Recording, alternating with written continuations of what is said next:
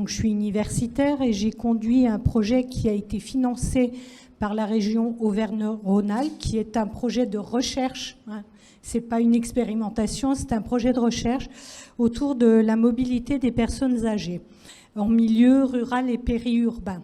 Donc, on a ciblé exclusivement des personnes âgées autonomes, donc pas de handicap, pas de situation pathologique qui fait qu'il faille un dispositif spécifique de covoiturage.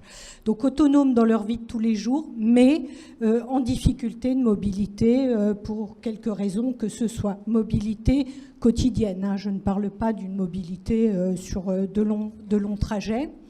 Donc on a ciblé ce public-là. Alors je vais dire des termes que j'ai entendus par les différents partenaires pour effectivement leur permettre de rester citoyens et citoyennes par rapport à ça.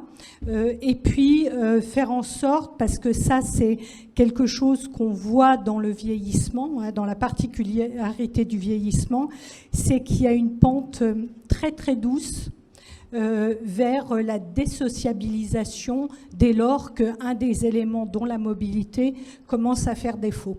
Donc on est parti de cette hypothèse-là et nous avons travaillé sous forme de design thinking. Donc l'idée c'est de faire de la créativité et de la co-construction avec les personnes elles-mêmes, avec des personnes âgées et ce qu'on a vu qui étaient des tiers de confiance, typiquement les CCAS, les mairies, voilà, tous ces acteurs-là, des médecins généralistes, orthophonistes, directrices d'EHPAD, etc., directeurs d'EHPAD, qui sont perçus par la population vieillissante comme des tiers de confiance. Par rapport à ça, donc nous avons travaillé tous ensemble et puis en essayant effectivement de voir, quels étaient les points de blocage dans le fait de covoiturer avec quelqu'un qu'on ne connaît pas. Donc je ne parle pas effectivement des taxis qui sont perçus comme des professionnels, donc par définition on a un capital confiance, mais avec effectivement des individus a priori qu'on ne connaît pas, dont on ne sait pas s'ils conduisent vite ou pas vite, bien, si la voiture est sécure, si on n'aura pas de problème. Donc on a pointé effectivement que la confiance était un élément très très important, un trajet de bout en bout. Je pars de chez moi et je veux être sûr qu'on me ramène chez moi ou qu'on me ramène là où j'ai envie d'aller. Une forme d'immédiateté. Et du coup, en travaillant sur ces aspects-là avec les différents partenaires, donc on a travaillé avec 3 communes périurbaines de la région iséroise, autour de Grenoble, et on s'est aperçu en fait qu'il y avait un créneau qui était assez porteur. Alors, bien sûr, je ne m'engagerai pas sur les modèles économiques à mettre en place derrière, c'est l'intergénérationnel.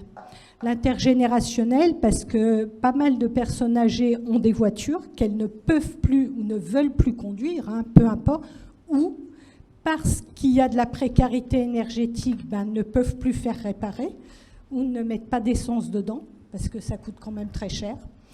Et puis, de l'autre côté, effectivement, des personnes qui font des trajets pendulaires ou même on avait essayé de prospecter des jeunes au chômage, voilà, qui pourraient bénéficier de ça, de façon à ce qu'on ne rentre pas dans un bénévolat trop contraignant, mais qui est effectivement, les personnes interrogées, les personnes âgées disaient « mais moi je ne veux pas être redevable ». Je ne veux pas être redevable. Donc, soit je paye, soit il y a quelque chose qui fait que le conducteur ou la conductrice, elle, va gagner quelque chose. Donc, on a commencé un peu à travailler aussi avec les territoires pour développer des formes de bons d'achat, voilà, en échange d'un trajet pendulaire ou des choses comme ça. Bien entendu, c'est un projet de recherche limité dans le temps. Comme tout le monde, on a vécu la période Covid, donc très compliqué de travailler avec les personnes âgées, voire très âgées pendant ce moment-là.